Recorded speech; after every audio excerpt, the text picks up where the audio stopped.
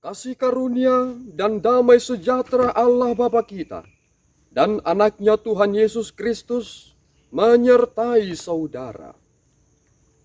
Amin. Shalom, saudara-saudari yang terkasih di dalam nama Tuhan Yesus Kristus. Senang bisa menyapa saudara di tempat saudara berada hari ini.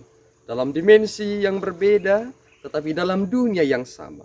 Sebagai insan yang diciptakan untuk Tuhan, sebelum kita melakukan rangkaian aktivitas kita pada hari ini, marilah mengawalinya dengan mendengarkan firman Tuhan.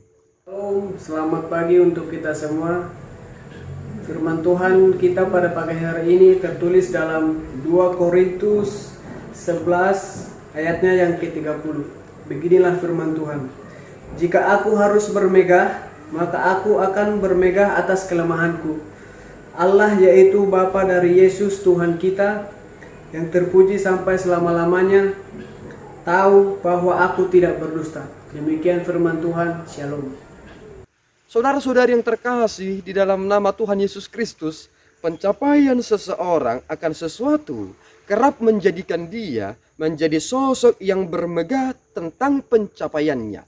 Tatkala orang yang terlahir tidak terpandang menemukan dirinya berada dalam ambang kesombongan karena menitik beratkan pencapaian dengan hasil kerja keras, keringat, tertatih-tatih, uang dicari dengan begitu sulitnya, sehingga karena faktor kesulitan ini menjadikan dia ketika sudah berada dalam level tertinggi, menjadikan dia menjadi orang yang terlalu menutup diri, bahkan tidak peduli dengan perasaan orang lain, karena dia sudah pertama sekali mendahului titik-titik yang berat itu. Dan karena dia tidak terlahir terpandang dan tidak dapat menyikapi sesuatu dengan baik dan positif dan benar, maka dia menjadi orang yang sering sekali menjadi sosok yang angkuh, sombong, dan sering sekali bermegah dengan apa yang ia capai.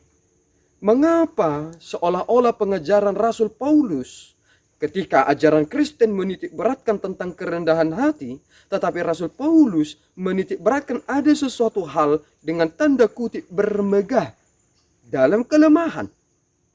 Ini bukanlah ucapan kesombongan, tetapi ini adalah bagian dari introspeksi diri, bahwa kita memang sering sekali bermegah karena apa yang kita capai, melalui kelebihan-kelebihan kita, melalui kekayaan, harta benda, dan jabatan kita. Pernahkah saudara merasa kagum dengan pencapaian saudara ketika saudara berlatih bermain gitar menggunakan kedua tangan saudara, dan saudara bisa menyanyikan 2 lagu, dan saudara akan begitu bahagianya karena dengan berlatih tertatih-tatih ternyata saudara dapat mempersembahkan 2 lagu dan kesannya sangat luar biasa.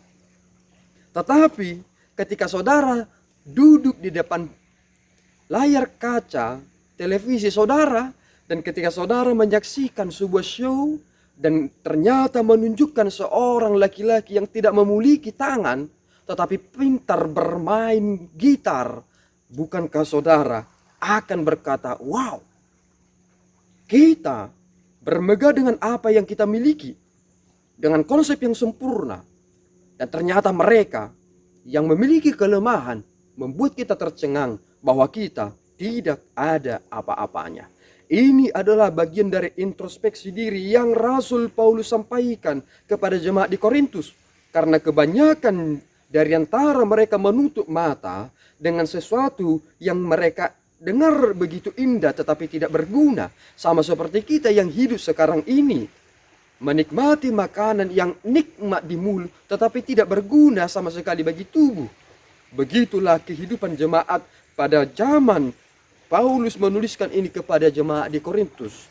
Banyak karunia roh yang telah mereka terima, tetapi mereka menyeleweng hanya karena mereka mendengar dan merasa itu enak untuk didengar, dan mereka melupakan ajaran yang benar yang telah diajarkan oleh Rasul Paulus. Bermegah dalam hal ini adalah ketika Paulus dalam kelemahannya, sebagaimana dia harus menahan lapar, sebagaimana dia harus kekurangan, sebagaimana dia harus tidur di tenda-tenda darurat, dikejar orang banyak, nyawanya terancam hanya untuk firman Tuhan. dia mensyukuri itu karena lewat kelemahan itulah dia merasakan pengalaman hidup yang luar biasa dan menjadi khotbah yang hidup. Saudara, kita tidur di tempat tidur yang begitu indah, nyaman, dan terkadang kita sepele melihat orang-orang yang tidur di kolong jembatan. Tetapi pengalaman siapa yang lebih luar biasa? Mereka sudah lebih dahulu tidur di kolong jembatan dan kita tidak mau tidur di sana. Dan kebanyakan kita sombong dengan apa yang kita capai. Kita tidur nyenyak tetapi tidak melakukan sesuatu. Padahal Yesus tidur di palungan menyelamatkan semua orang. Mana yang saudara pilih? Dengan keterbatasan atau dengan kelebihan? Rasul Paulus berdoa 3 kali supaya Tuhan mencabut duri dari dalam tubuhnya. Tetapi Tuhan berkata dalam 2 Korintus 12 ayat 9, Tuhan berkata kepada Rasul Paulus, "Cukuplah kasih karuniaku bagimu, sebab justru dalam kelemahanlah kuasaku menjadi sempurna."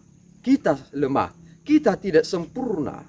Tetapi karena kita adalah orang yang lemah, maka segala sesuatunya menjadi sangat berguna dan berkualitas karena Tuhan memampukan dan menyertai kita. Tuhan Yesus memberkati kita berdoa.